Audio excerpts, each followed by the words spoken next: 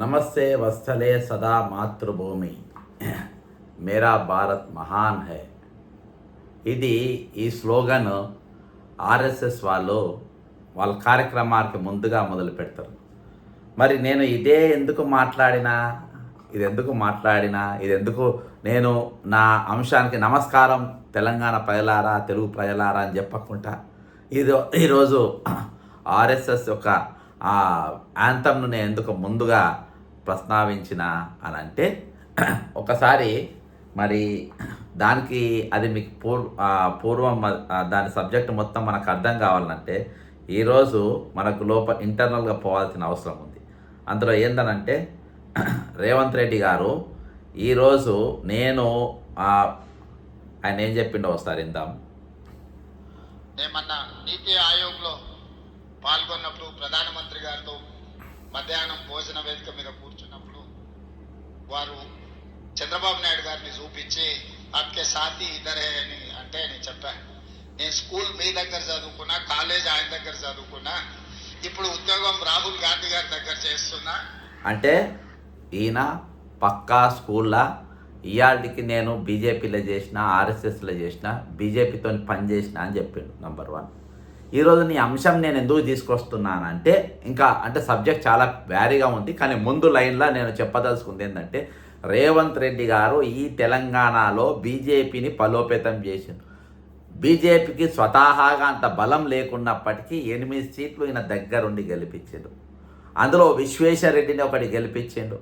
విశ్వేశ్వరరెడ్డి జాగాలో ఒకవేళ మన సునీతా మహేందర్ రెడ్డి అక్కడ స్థానికంగా ఉంటే, నేను ఆమె పారామీటర్స్ కూడా చెప్పిన. గతంలో ఆమె వాళ్ళ కుటుంబము వికారాబాద్ కానీ, తాండూరు కానీ, చేబెళ్ళ కానీ, మహేశ్వరం కానీ, ఇక ఇంట్లో చాలా పవర్ఫుల్, తక్కిన అసెంబ్లీలు వాళ్ళు మేనేజ్ చేయగలుగుతారు. కానీ అక్కడ విశ్వేశ్వరరెడ్డి గెలవాలి. కానీ అక్కడ స్థానికంగా చేవెళ్ళ కాన్స్టిట్యున్సీకి సంబంధించిన సునీతా లక్ష్మారెడ్డి గారిని మహేందర్ రెడ్డి గారిని తీసుకొని వచ్చి ఇక్కడ డంప్ చేశారు. ఓకేనా?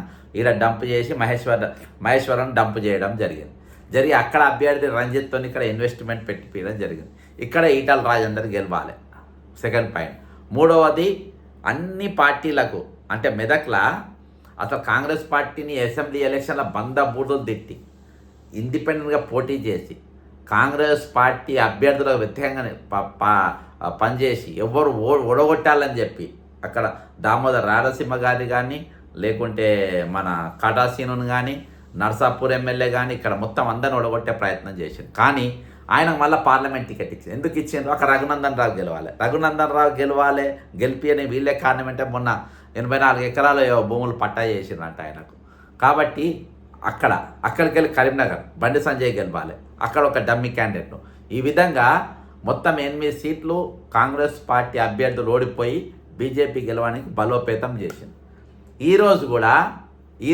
ఇప్పుడు అసలు లైన్కి వస్తున్న బీజేపీకి అంటే ఎక్కువ ఈరోజు కాంగ్రెస్ పార్టీ జూబ్లీ హిల్స్లో కొంచెం అవకాశాలు ఎక్కువ ఉన్నాయి.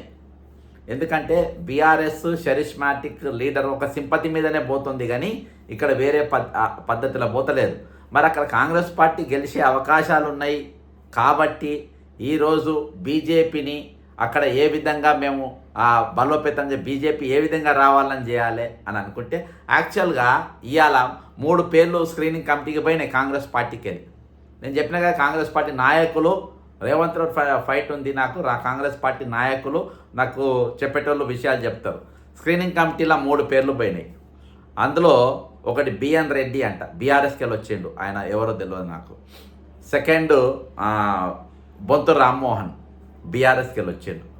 మూడవది నవీన్ యాదవ్, ఆయన అసెంబ్లీ ఎలక్షన్స్ కంటే ముందు వచ్చిండు, అంటే దాదాపు 3 ఇయర్స్. వీళ్ళిద్దరితో పోలిస్తే ఆయన ఒక 3 ఏళ్ళు 2.5 సంవత్సరాలు ఆయన కాంగ్రెస్ పార్టీలో ఆయన వచ్చిండు. ఈ 3 పేర్లు పోయినాయి. అంజన్ కుమార్ యాదవ్గా ట్రై చేసిన ఆయన పేరు పంపుతారేమో అనుకున్నా, కానీ ఆయన పేరు పంపలేదు. ఎందుకు పంపలేదు నాకు తెలియదు. యాక్చువల్గా ఇవాళ సాయంత్రం కాంగ్రెస్ పార్టీ అభ్యర్థి పేరు ఖరారు అయ్యేది ఉండే ఇవాళ. అయితే అనుకోకుండా అది రేపు పొద్దుగాల చేస్తామంట, కానీ రేపు కూడా చేయరంట. ఎందుకు చేయరంటే, ఈరోజు ముఖ్యమంత్రి రేవంత్ రెడ్డి గారి కాంగ్రెస్ పార్టీ అభ్యర్థి బీజేపీ అభ్యర్థి పేరు ప్రకటించిన తర్వాత కాంగ్రెస్ పార్టీ అభ్యర్థి పేరు ప్రకటిస్తా అన్నారు. మరి దానికి బలం చేకూరడానికి ఏంటంటే, ఇందాక నేను ఒక విశ్లేషణ బీజేపీకి అంటే నరేంద్ర మోడీ గారు ఒకవేళ పెట్రోల్ రేటు 500 రూపాయలు పెంచిన కొనుమనే గిరీష్ దానమని ఆయన తప్పి ఎవరు చెప్తారు. ఆయన చెప్పిండు, ఆయన ఒక విశ్లేషణ ఇచ్చిండు. అది ఇచ్చినాక నాకు చాలా స్ట్రాంగ్గా బలం చేకూరింది. ఒకసారి ఇందాం ఆయనది. జై హింద్, జై భారత్, జై తెలంగాణ. ఫ్రెండ్స్, నేను మీ గిరీష్ దారవని. Welcome to our channel Chitragupt. Jubilee Hills ఉప ఎన్నిక కొత్తగా ఏముంది గిరీష్? ఈ జూబ్లీ హిల్స్ ఉప ఎన్నికల ఎన్నో ఉప ఎన్నికలు అయినాయి, ఎన్నో బై ఎలక్షన్స్ అయినాయి. ఇది కొత్త కాదు కదా తెలంగాణ రాష్ట్రానికి కొత్త కాకపోవచ్చు. కాకపోతే జూబ్లీ హిల్స్ కాన్స్టిట్యుయెన్సీకి ఒక ప్రత్యేకత ఉన్నది. ఏందనంటే, ఓ సాధారణ ఎలక్షన్లు అయిపోయిన తర్వాత ఇది ఒక అసాధారణమైన ఎలక్షన్ అని చెప్పి నేను మాట్లాడతా. అసాధారణమైన ఎలక్షన్ అని ఎందుకు అంటున్నానంటే, ఇట్స్ సింపుల్ ఎలక్షన్ అని కాదు అని చెప్తున్నా. ఎందుకు అంటున్నానంటే, ఇక్కడ మీకు పాష్ లొకాలిటీతో పాటు మిడిల్ క్లాస్ కాలనీలతో పాటు మైగ్రెంట్ వర్కర్ల ఇల్లులతో పాటు మీకు స్లమ్ ఇల్లులు కూడా ఉంటాయి. అంటే మీకు ఒక posh category, tier 1 city, tier 2 city, tier 3 and slum, ఇట్లా కంప్లీట్ గా కంగ్లోమరేషన్ కనబడుతుంది, కంప్లీట్ గా కన్సల్టేషన్ కనబడుతుంది ఈ కాన్స్టిట్యుయెన్సీ. సో ఈ కాన్స్టిట్యుయెన్సీలో ఇప్పుడు ఈ ఉప ఎన్నిక గెలవడం అని అంటే, మీరు ఎలైట్ క్లాస్ కి దగ్గర ఉన్నట్టు, అర్బన్ క్లాస్ కి దగ్గర ఉన్నట్టు, మిడిల్ క్లాస్ కి దగ్గర ఉన్నట్టు, మైగ్రెంట్ వర్కర్లకు దగ్గర ఉన్నట్టు అండ్ లాస్ట్ స్లమ్స్ కి కూడా దగ్గర ఉన్నట్టు మీరు మాస్ అపీల్ కూడా మీ ముంగట పోతుంది. అయితే ప్రధాన పోటీ ఆబ్వియస్ గా 3 ప్రధాన పార్టీల మధ్యలో ఉంటుంది, బీఆర్ఎస్, బీజేపీ అండ్ కాంగ్రెస్. ఒకసారి కట్ చేసి ఉప ఎన్నిక ఎందుకు వచ్చింది అని అంటే, మన మాగంటి గోపీనాథ్ గారి హఠాత్ మరణం తర్వాత దురదృష్టం. ఒరిజినల్గా ఏంటంటే, ఈడ బీఆర్ఎస్ కాంగ్రెస్ పోటీలో ఉంటుంది. కానీ ఈరోజు బీజేపీ కాంగ్రెస్ పోటీ అనేది తీసుకొని వచ్చిండు గిరీష్. ఎందుకు తీసుకొచ్చిండు అనేది వాళ్ళ ధైర్యం చెప్తా. అసలు ఎక్కడ బీజేపీ 8 ఎమ్మెల్యేలు ఉన్న దగ్గర 8 ఎంపీలు గెలిచిండ్రు. దీని వెనుక ఒక భారీ కుట్ర జరిగితే కొన్ని అవకాశాలు వస్తూ ఉంటాయి. ఈరోజు ఎంఐఎం కాంగ్రెస్ పార్టీకి మద్దతుగా ఉన్నది. దాంతో కాంగ్రెస్ పార్టీ కొంచెం అవకాశాలు ఇంకా మెరుగుపడ్డాయి. కానీ ఈరోజు బీజేపీ పేరు ఎందుకు చెప్తున్నారు, ఇవాళ అభ్యర్థి పేరు ప్రకటన ఎందుకు ఆలస్యం చేయడానికి గల కారణం ఏంది అని అంటే, ఇంకా కొంచెం ముందుకు పోతే అసలు కథ అంతా అర్థమవుతుంది. దుష్టపు ఆయన మరణం తర్వాత ఈ బై ఎలక్షన్స్ వచ్చినాయి. ఈ బై ఎలక్షన్స్ కంటే ముందు 2023లో సినాప్సిస్ ఏముంది గిరీష్ జూబ్లీ హిల్స్ అని చెప్పి మనం చూస్తే, ఆల్మోస్ట్ బీఆర్ఎస్ కి అప్పుడు గెలిచింది బీఆర్ఎస్ క్యాండిడేట్ మాగంటి గోపీనాథ్ గారు కాబట్టి ఆల్మోస్ట్ 44% బీఆర్ఎస్ కి ఉంది, 43.94% బీఆర్ఎస్ కి, కాంగ్రెస్ కి 35% అండ్ భారతీయ జనతా పార్టీకి 14%. అంటే ఆ టైంలోనే బీజేపీ ప్లస్ కాంగ్రెస్ ని కలిపితే బీఆర్ఎస్ కి ఓట్ షేర్ వచ్చింది. టోటల్ ఓట్ టర్న్అవుట్ ఎంత ఉంది అని అంటే 47.5%. ఒక్క నిమిషం మళ్ళీ 43.94% బీఆర్ఎస్ కి, కాంగ్రెస్ కి 35% అండ్ భారతీయ జనతా పార్టీకి 14%. అంటే అసలు ఆ టైంలోనే ఇవాళ కాంగ్రెస్ పార్టీకి 14% ఓట్ అంటే అక్కడ దరిదాపుల కూడా అక్కడ లేనటువంటి పరిస్థితి. ఇక ఇక్కడ ముస్లిం మైనార్టీలు వస్తే 125,000 ఓట్లు. ఈరోజు ఎంఐఎం అభ్యర్థి లేరు. గతంలో ఎంఐఎం అభ్యర్థిగా నవీన్ యాదవ్ పోటీ చేస్తే 2014లో ఆ టైంలో చేస్తే ఆయనకు దాదాపుగా 40,000 ఓట్లేమో వచ్చినాయి. అయితే ఇప్పుడు ఈ లెక్క 14% వీళ్ళకి బీజేపీకి పడ్డాయి. ఇందాం ఇంకా ప్లస్ కాంగ్రెస్ ని కలిపితే బీఆర్ఎస్ కి ఓట్ షేర్ వచ్చింది. టోటల్ ఓట్ టర్న్అవుట్ ఎంత ఉంది అని అంటే 47.5% ఉంటుంది. అక్కడ అర్బన్ కన్సల్టేషన్ ఇట్లా మనం తీసుకొని చూస్తే జిహెచ్ఎంసీ పరిధిలో బీఆర్ఎస్ ఇంకో విశ్లేషణ చెప్తా ఇందులో. ఇప్పుడు కాంగ్రెస్కు 35%, బీఆర్ఎస్కు 43%తో బీఆర్ఎస్ గెలిచింది. 35% ప్లస్ ముస్లిమ్స్ 125,000 ఓట్లు. అంటే ఇవి మొత్తం కంప్లీట్గా పోస్తే దాదాపు కాంగ్రెస్ పార్టీ 40,000-50,000 మెజారిటీతో గెలిచే పరిస్థితి. అక్కడ బీజేపీకి అక్కడికే ఉంటుంది. అక్కడ ఎక్కడ వాళ్ళ చర్చ లేదు, ఏం లేదు. అయినా కానీ వీళ్ళ చూడండి, సీట్లు గెలిచింది కాంగ్రెస్ 1, బీజేపీ 1, గోషామహల్. సో భారతీయ రాష్ట్ర సమితి ఈ అర్బన్ ఏదైతే హోల్డ్ ఉన్నదో దాన్ని గట్టిగా పెట్టుకుంటుందా, లేకపోతే ఏదైతే గేట్వే ఓపెన్ గానికి ప్రయత్నం అవుతుంది ఉప ఎన్నిక ద్వారా, ఆ గేట్వేలో ఎంటర్ గానికి బీజేపీ కాంగ్రెస్ ప్రయత్నం చేస్తుందా అని అనేది ఈ చిట్టా. ఇప్పుడు చాలా మంది మాట్లాడతారు. ఇప్పుడు సికింద్రాబాద్ నక్సలైట్ లెఫ్టిస్ట్ గ్రూప్లకు ఛాతీ నిలబెట్టి నిలబడ్డ పెద్ద ధైర్యవంతుడు మన రామచంద్రరావు గారు.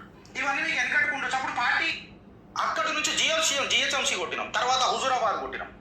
తెలంగాణలో ప్రత్యామ్నాయం కాంగ్రెస్ పరిస్థితి అట్లున్నది. ఇప్పుడు ఈ ఎలక్షన్ అనేది రిఫరెండం. అఫ్ కోర్స్ 3 పార్టీలకు ఉన్నా ఈ 3 పార్టీలలో 3వ స్థానంలో కాంగ్రెస్ ఉన్నది. ఇక ఈ 2 పొజిషన్స్ ఏ పార్టీ తీసుకుంటది అని అనేది ప్రజలు నిర్ణయిస్తారు. అది ప్రజల మూడో స్థానంలో కాంగ్రెస్ ఉంది అని చెప్తారు. 3 పోటీలు ఉన్నాయి, కానీ 3వ స్థానంలో ఎవరున్నారు? కాంగ్రెస్ పార్టీ పోటీలో ఉందని చెప్తారు. అని ఎవరు చెప్తారు? ఈరోజు పూర్తి కాషాయీకరణ ఉన్నటువంటి దానికి సపోర్ట్ ఉన్నటువంటి గిరీష్ దారమణి ఇస్తున్న విశ్లేషణ, ఆయన కరడుగట్టిన ఆర్ఎస్ఎస్ వాది, కరడుగట్టిన ఆర్ఎస్ఎస్ ఆయన ఈరోజు బీజేపీకి సస్పెండ్ అయి ఉన్నా కానీ ఆయన లోపల ఇంటర్నల్ అంటే బయటకెళ్ళి రాకుండా లోపల ఇంటర్నల్ ఉన్న సమాచారం ఏం జరగబోతుంది, ఏం కాబోతుందని కూడా చెప్పగలుగుతాడు. ఎందుకంటే అందరూ ఈటల రాజేందర్ ప్రెసిడెంట్ అవుతుందంటే నాతోని, నేను ఒక టీవీ ఇంటర్వ్యూలో పోయినప్పుడు నాతోని రామచంద్రరావు అవుతాడని చెప్పిన వ్యక్తి ఈయన. అంటే అంత పగడబందీ ఇన్ఫర్మేషను ఈయనకుంటుంది. బట్ ఇలా కాంగ్రెస్కి కానీ కాంగ్రెస్ కార్యకర్తలకు కానీ నేను చెప్పాల్సింది ఏంటంటే ఫ్రెండ్స్, ఇక పార్టీలో ఉండాలా లేదా అననే ఆలోచన కాంగ్రెస్ శ్రేణులలో మొదలవుతుంది. దీపం ఉన్నప్పుడే ఇల్లు చక్కగా చేసుకోవాలనే తత్వం మొదలవుతుంది. మళ్ళా దీపం ఉన్నప్పుడు కాంగ్రెస్ ఏం చేస్తుందో మీ కామెంట్ రూపంలో చెప్పారు. సో ఒకసారి మీరు అర్థం చేసుకుంటే ఫ్రెండ్స్, భారతీయ జనతా పార్టీ ఏదైతే గెలుపు సూత్రం ఉండే చూడు లాస్ట్ టైం కూడా, అది దుబ్బాక ఉప ఎన్నికల తర్వాత తారాస్థాయికి వెళ్ళిపోయింది. 2018లో నిజామాబాద్ కరీంనగర్ గెలిచిన తర్వాత దుబ్బాకకు కొత్త ఊపిచ్చింది. అక్కడి నుంచి జిహెచ్ఎంసీ కొట్టినాం, తర్వాత హుజూరాబాద్ కొట్టినాం. తెలంగాణలో ప్రత్యామ్నాయం ఎవరు అనంటే భారతీయ జనతా పార్టీ అని నిలిచిపోయింది. సో ఈ ముందు చూపు, ఈ ప్లానింగ్, ఆయన చాణక్యం, ఇవన్నీ భారతీయ జనతా పార్టీని ముందు కాంగ్రెస్ పార్టీకి ఒక శాపం అయిపోయింది. రేవంత్ రెడ్డి గారి రాజకీయ ఏవైతే అడుగులు ఉన్నాయో చూడు, వాళ్లకు పిడుగులైనవి. హైడ్రా నాశనమే, ఫీజు రియంబర్స్మెంట్ నాశనమే, జాబ్ నోటిఫికేషన్లు నాశనమే, రైతు భరోసా ఏమాయ్, 6 గ్యారెంటీలు ఆవిరైపోయాయి. నువ్వు ఎక్కడ ఏమి తీసుకొచ్చినా నువ్వు కరప్షన్ అన్నావు, ఇప్పటిదాకా పీసీ ఘోష్ కమిటీ దగ్గరికి ఆగిపోయి. సో ఎక్కడ కూడా ఇద్దరు వాళ్ళు బీఆర్ఎస్ ని ఫ్రేమ్ చేయలేకపోయారు, నార్ బీజేపీని తట్టుకోలేకపోయింది కాంగ్రెస్. సో ఆబ్వియస్ గా ఇన్ని రోజులు రేవంత్ రెడ్డి గారు ఏవైతే అడుగులు ఎత్తామని అనుకుంటున్నారు, ఇప్పుడు అవి పిడుగులై తన మీదనే పడేటట్టు. రైట్, రేవంత్ రెడ్డి అడుగులు మొత్తము పిడుగులైనాయి. కాబట్టి ఈరోజు కాంగ్రెస్ పార్టీ 3వ స్థానంకు పోతుంది, మేము ముందొస్తాం అంటే ఒక బ్రెయిన్ వాష్, అంటే ఒక బ్రెయిన్ తయారు చేసే పని పైన వీళ్ళు ఉన్నారు. అఫ్కోర్స్ ఓ కేంద్ర మంత్రి కిషన్ రెడ్డి గారు ఇక్కడ ఉన్నారు. కిషన్ రెడ్డి గారి ఆయన కాన్స్టిట్యున్సీ ఆయన ఛాలెంజింగ్గా తీసుకుంటారు. రామచంద్రరావు కొత్తగా అధ్యక్షుడు ఆయన ఛాలెంజ్గా తీసుకుంటారు. అని ఇవన్నీ ఉన్నా కానీ అంటే ఒక 14% ఓటు శాతం కేవలం పెట్టుకొని ఈరోజు ముందుకు పోతున్న పార్టీ ఒకటి. ఈరోజు బీఆర్ఎస్ బీజేపీ ఒకటి అవుతుంది, వీళ్ళు పొత్తు అవుతుండ్రు అనే టాక్ కూడా ఉన్నది. కాబట్టి 101% ఈరోజు అక్కడ ఉన్న 125,000 మంది మైనార్టీ ఓట్లు కాంగ్రెస్ పార్టీ వచ్చే అవకాశాలు ఉన్నాయి. కాంగ్రెస్ పార్టీ గెలిచి అంటే 35,000 ఓట్లు ఎప్పుడు వచ్చి 35% ఓటింగ్ శాతం ఎప్పుడు పడ్డాయి అంటే మైనార్టీ ఓట్లు మొత్తం అప్పుడు బీఆర్ఎస్కి పడ్డాయి కాబట్టి 43% పడ్డాయి. ఇప్పుడు మైనార్టీ ఓట్లు అక్కడికి వెళ్ళి ఒక 50% పోలైనా అంటే ఒక 75% ఓట్లు పోలైనప్పటికీ మైనార్టీ అక్కడికి వెళ్ళి మొత్తం కంప్లీట్ ఒక 75,000 ఓట్లు ఇటు షిఫ్ట్ అయితే దాదాపు ఒక 25,000-30,000 ఓట్లు కోరుకొని కాంగ్రెస్ పార్టీ గెలిచే అవకాశం ఉన్నది. ఇది ఏది ఎప్పుడైతే రేవంత్ రెడ్డి వ్యతిరేకంగా, ఈరోజు రేవంత్ రెడ్డి కంప్లీట్గా వ్యతిరేకంగా పనిచేస్తున్నప్పటికీ, రేవంత్ రెడ్డి అనేటోడు ఈరోజు ఆయన హైడ్రా, ఈరోజు గొదిబన్ అంటే ఇవన్నీ పిడుగులు, కాంగ్రెస్ పార్టీ పైన పిడుగులు అని చెప్పేసి గిరీష్ చెప్పినట్టుగా ఇవన్నీ పిడుగులు. ఆయన చేసిన ప్రతి ప్రోగ్రామ్ ఈరోజు పిడుగు లెక్కనే పడిపోయినాయి. ముఖ్యంగా హైదరాబాద్ జంట నగరాల మాత్రం హైడ్రా అనేది ఈరోజు మొత్తము డ్రిల్లింగ్, గుండెలను బతుకులను డ్రిల్లింగ్ చేసిన దాని లెక్క ఈరోజు చూస్తున్నటువంటి పరిస్థితి. ఇంకొక పెద్ద మోసము వీళ్ళు చేసిన మోసాలు నేను ఇవి వేరే వీడియోలలో కూడా నేను చేసి చూపించే ప్రయత్నం చేస్తా. ఏ విధంగా మోసం చేసి ఏ విధంగా ఇది చేసే ప్రయత్నం చేసి ఏ విధంగా వీళ్ళే దొరికిపోతున్నారు, మళ్ళీ ఏ విధంగా దొరికిపోతున్నారు. ఫర్ ఎగ్జాంపుల్ చెప్తా, ఇప్పుడు నిన్నటి దినాన ఫయీం ఖురేషి వాళ్ళు ఆయనతో చెప్పి సమాధుల జాగా 2,500 గజాలు శాంక్షన్ చేసినట్టు వచ్చింది. ఇమీడియట్గా మిలిటరీ వాళ్ళు వచ్చి పట్టుకో ఇది మాది అన్నారు. అంటే దీన్ని వీక్ చేయడానికి కావాలని చేస్తున్నటువంటి కొన్ని చిల్లర ఎత్తుగడలు. ఇప్పుడు ఎలక్షన్ నోటిఫికేషన్ వచ్చిన తర్వాత ఎవరికన్నా తెలుసు ఎటువంటి జీవోలు కూడా రిలీజ్ చేయడానికి లేదు, అక్కడ ఎటువంటి డెవలప్మెంట్ కార్యక్రమాలు కూడా చేయడానికి లేదు. అసోంటిది ఈ కబ్రస్థాన్ సాయిబుల కోసం ఎందుకంటే 125,000 ఓట్లు ఉన్నాయి కాబట్టి వాళ్ళకు ఒక నజరాన ఇచ్చినట్టు చేసి మళ్ళీ తీసుకుంటే ఇది అక్కడ మైనస్ చేసేదానికి ఒక ఎత్తుగడ. ఇంకొకటి చెప్తా, మాగంటి గోపీనాథ్ కూడా ఇదివరకు టీడీపీలో ఉన్నప్పుడు రేవంత్ రెడ్డి సోపత్ ఉన్నాడు, ఫ్రెండ్షిప్ ఉన్నాడు. ఇక్కడ రేవంత్ రెడ్డి కాంగ్రెస్ పార్టీ గెలుచుడు 101% ఇంట్రెస్ట్ లేదు, 101% కూడా ఈరోజు ఇంట్రెస్ట్ లేని పరిస్థితి. అది మనకు ఆయన మాటలతోని కానీ ఆయన చేతలతోని కానీ ఈరోజు ఏ విధంగా చూసినా చాలా స్పష్టంగా అర్థమవుతూ ఉంటుంది. నిన్నటి దినాన కూడా చూస్తే ఒక మీటింగ్లో ఒక మంత్రిని సాటి మంత్రిని పట్టుకొని పొన్నం ప్రభాకర్ అంటోడు ఆయనను మన దున్నపోతుతోని పోల్చిండు.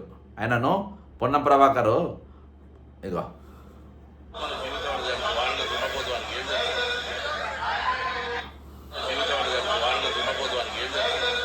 వాడిని దున్నపోతు వానికి ఎవరిని అన్నాడు, ఇది మైనార్టీ మంత్రిని అన్నాడు, మైనార్టీ మినిస్టర్ను అన్నాడు. ఒక మాట అక్కడ అంతమంది ఉన్నారు, వాళ్ళందరి ముందు వీళ్ళు పోయి ఆయన సంబంధించిన మంత్రి మైనార్టీ మీటింగ్ పోవాల్సిన మంత్రి ఆయనను పట్టుకొని ఈరోజు దున్నపోతు అని అన్నాడు. ఇంకోటి మరి ఇక్కడ ఉన్నటువంటి వీళ్ళు ఎంతవరకు కాంగ్రెస్ పార్టీకి సిద్ధాంతాలతో గట్టిగా పట్టుకున్నారు, కాంగ్రెస్ పార్టీ మీద ఎంతగానో ప్రేమ ఉన్నారంటే గతంలో పొన్నం ప్రభాకర్ అనేటోడు ఏ రోజు కాంగ్రెస్ పార్టీకి చిత్తశుద్ధితో పనిచేయలేదు. ఏ రోజు కూడా పొన్నం ప్రభాకర్ అనేటోడు ఇయాటికి మన కేటీఆర్కు రెగ్యులర్గా టచ్లు ఉంటాడు, బండి సంజయ్కి టచ్లు ఉంటాడు. ఈరోజు ఆయన స్వార్థం కోసం ఎవరినైనా బలిస్తాడు, ఏమన్నా చేస్తాడు. ఈరోజు వివేక్ వెంకటస్వామి గారు కూడా బీజేపీకి పోయిండు, బీఆర్ఎస్కి పోయిండు. కాబట్టి ఒక కాంగ్రెస్ పార్టీ ఐడియాలజీతో పూర్తిగా ఇరికినటువంటి వ్యక్తులతోనే ఈరోజు అక్కడ ఇన్ఛార్జ్గా పెట్టే వేరే తీరు. అదే ఈరోజు రామచంద్రరావుని తీసుకుని ఆయన కరడుగట్టిన ఆర్ఎస్ఎస్ బీజేపీ, ఇటు కిషన్ రెడ్డిని తీసుకుంటే అది ఆర్ఎస్ఎస్ బీజేపీ. ఇందాక వార్త నేను వినిపించిన గిరీష్ దారామోడి ఆయన బీజేపీగా సస్పెండ్ కరడుగట్టిన ఆర్ఎస్ఎస్ ఆయన కాషాయీకరణ బీజేపీ గెలవాలని కోరుకుంటున్నాడు. ఈరోజు బీజేపీ బీఆర్ఎస్ పోటీ అని చెప్తుందంటే ఇక అర్థం చేసుకోండి, 14% ఓట్లు వచ్చిన వాళ్ళు అసలు వాళ్ళ కౌంట్లో గుళ్ళేరు అక్కడ. మరి అటువంటి జాగల నువ్వు బీజేపీ టికెట్ ఇచ్చిన తర్వాత కాంగ్రెస్ పార్టీ అనౌన్స్ చేయడం దానికి గల కారణం ఏంది? ఈరోజు దాని వెనుక ఉన్న కుట్ర ఏంది అంటే రేవంత్ రెడ్డికి అక్కడ కాంగ్రెస్ పార్టీ గెలవాలనే ఉద్దేశం అసలు లేనే లేదు. కాంగ్రెస్ పార్టీ బలోపేతం అయితే నన్ను ముఖ్యమంత్రిగా తీసేస్తారు, కాంగ్రెస్ పార్టీ వీక్ ఉంటేనే ఈయన తీసేస్తే ఆయనతో కూడా పార్టీ పోతుందని చెప్పి భయపడి ముట్టుకోకుండా ఉంటారు. కాబట్టి కాంగ్రెస్ పార్టీ ఎక్కడ కూడా ఈయననే కాళ్ళు చేతులు విరగొట్టి కట్లు కట్టి కూర్చోబెట్టే పరిస్థితిలో ఈరోజు ఉన్నది. అందుకనే అక్కడ నోటి దురుసు ఉన్నటువంటి వ్యక్తులను ఈరోజు ఇన్ఛార్జ్గా పెట్టిండ్రు. ఈరోజు పొన్నం ప్రభాకర్ అంటోడు చాలా నష్టం చేసిండు. అక్కడ స్లమ్లలో ఎక్కువగా ఉండేది ఈరోజు దళిత సోదరులు. ఈరోజు వాళ్ళందరు దళితులు మైనార్టీలు వాళ్ళందరూ కూడా ఒకటే ఓటు బ్యాంకు లెక్క అక్కడ ఉంటారు. ఈరోజు వాళ్ళందరికీ ఈరోజు ఒక మంత్రిని పట్టుకునే ఈరోజు దున్నపోతు అన్నాడంటే ఇది ఏ విధంగా ఉండేది అనేది ఈరోజు చాలా పెద్ద చర్చ, ఈరోజు చాలా వైరల్ అయిపోయిన పరిస్థితి. ఇది నేను ఆయన అనలేదు అంటుంది కానీ నేను నోరు జారి అన్న నన్ను క్షమించండి అని చెప్పి అంటలేడు. కాబట్టి ఈరోజు పశ్చాత్తాపం అనేది ఏ విధంగా కూడా లేదు. మరి రేవంత్ రెడ్డి కావాలని వీళ్ళని ఎందుకు పెట్టినంటే వీళ్ళని పెడితేనే ఇసోటి వాళ్ళని పెడితేనే, ఎందుకంటే వీళ్ళకి పార్టీ అంటే అంకిత భావం లేదు కాబట్టి. ఇంకొకటి ఈయన పంపిన పేర్లలో కూడా వేరే పార్టీలోకి వెళ్ళి వచ్చిన వాళ్ళే ఉన్నారు. కాబట్టి అక్కడ క్లియర్ ఛాన్సెస్ కాంగ్రెస్ పార్టీ గెలవాల్సిన అవకాశము క్లియర్ ఛాన్సెస్ ఉన్నప్పటికీ వీళ్ళు కావాలని ఏం చేస్తున్నారంటే కాలయాపన చేసి ఈరోజు బీజేపీని మొత్తం అక్కడ అవకాశాలు లేకుండా ఉన్నటువంటి బీజేపీని లైన్లో తీసుకొచ్చే ప్రయత్నంలో ఈరోజు ఇవన్నీ వేషాలు వేస్తుండ్రు. అందుకనే నేను ముందుగానే ఆర్ఎస్ఎస్ ఏదైతే రేవంత్ రెడ్డి గారు స్కూల్ చదివిండో ఆ స్కూల్ పాఠం గుర్తు చేసిన ఆయన నరాలు ఎప్పుడు ఏ రోజు కూడా నేను కాంగ్రెస్ పార్టీని ఏ విధంగా నేను గెలిపియాలి, కాంగ్రెస్ పార్టీకి నేను ఉద్యోగం చేస్తున్నా అని చెప్పింది. కానీ కాంగ్రెస్ పార్టీకి నేను అంకిత భావంతో నేను పనిచేస్తా, కాంగ్రెస్ పార్టీ కోసం నన్ను ముఖ్యమంత్రి చేసింది కాబట్టి నా ప్రాణం పోయేదాకా నేను దానికోసం అంకితంతో ఉంటానని ఏ రోజు కూడా అనలేదు. ఆయన ఏమన్నాడు? పెట్టెల మోసుడు ఐడియాలజీ అని చెప్పిండు. లాస్ట్లో ఆయన టీడీపీని అయినా పోగొడతాడు కానీ టీడీపీని మంచుకున్న పార్టీని నాశనం చేసిన బాధపడతాడు. కానీ ఎంతనో ఉద్వేగంతో బాధతో ఆయన తన బాధను వెళ్ళబోసిండు. కానీ ఏ రోజు కూడా కాంగ్రెస్ పార్టీ నాకు అవకాశం ఇచ్చింది, కాంగ్రెస్ పార్టీకి నేను అంకిత భావంతో ఉంటా, కాంగ్రెస్ పార్టీ నన్ను ఆదుకున్నది, కాంగ్రెస్ పార్టీ నన్ను ఎందుకు పనికిమాలినోనైనా నన్ను ముఖ్యమంత్రిని చేసిందని చెప్పి ఏ రోజు కూడా ఆయన ఒక్క సందర్భంలో కూడా ఆయన ఎక్కడ కూడా మాట్లాడిన పరిస్థితి లేదు. అంటే ఈరోజు ఎట్లా తయారైందంటే కాంగ్రెస్ పార్టీ పరిస్థితి ఈరోజు అగమ్య గోచరంగా తయారైన పరిస్థితి. దానికి ఎవరు ఈ పార్టీ నాది అనుకునే పరిస్థితులలో ఈరోజు ఆ పార్టీ లేనే లేదు. ఈ పార్టీ ఈరోజు ఆ విధంగా లేనేలేదు. ఇగో టీడీపీ కోసం కూడా బాధపడ్డాడు. తెలుగుదేశం పార్టీ ఒక అద్భుతమైన పార్టీ, చాలా మందికి అవకాశాలు కల్పించిన పార్టీ. కొంతమంది కుట్రల వల్ల ఆ పార్టీ కూడా ఈ రోజు తెలంగాణలో ఒక సమస్యను ఎదుర్కొంటుంది. చూసినారు కదా, అంటే ఏ అవకాశం దొరికినా ఈరోజు కాంగ్రెస్ పార్టీనే దెబ్బతీయడానికి చూస్తాడు. కానీ ఎక్కడ కూడా కాంగ్రెస్ పార్టీలో కూడా నేను ఉద్యోగం చేస్తున్నా అన్నాడు. కానీ కాంగ్రెస్ పార్టీలో నేను ఒక సైనికుల లెక్కనే పనిచేస్తున్నాను అనలేదు. ఇది రేవంత్ రెడ్డి నిజస్వరూపం. రేవంత్ రెడ్డికి జూబ్లీ హిల్స్ సీటు గెలవాలనే ఆలోచన ససేమిరా లేనేలేదు. గెలిస్తే ఆయన ప్రీవియస్ ఫ్రెండ్ అయినటువంటి మాగంటి గోపీనాథ్ వాళ్ళు గెలిచినా పర్వాలేదు, లేకుంటే బీజేపీ గెలిస్తే ఇంకా ఆనందం. కానీ కాంగ్రెస్ పార్టీ గెలిస్తే నా ముఖ్యమంత్రి పదవి పోతుంది.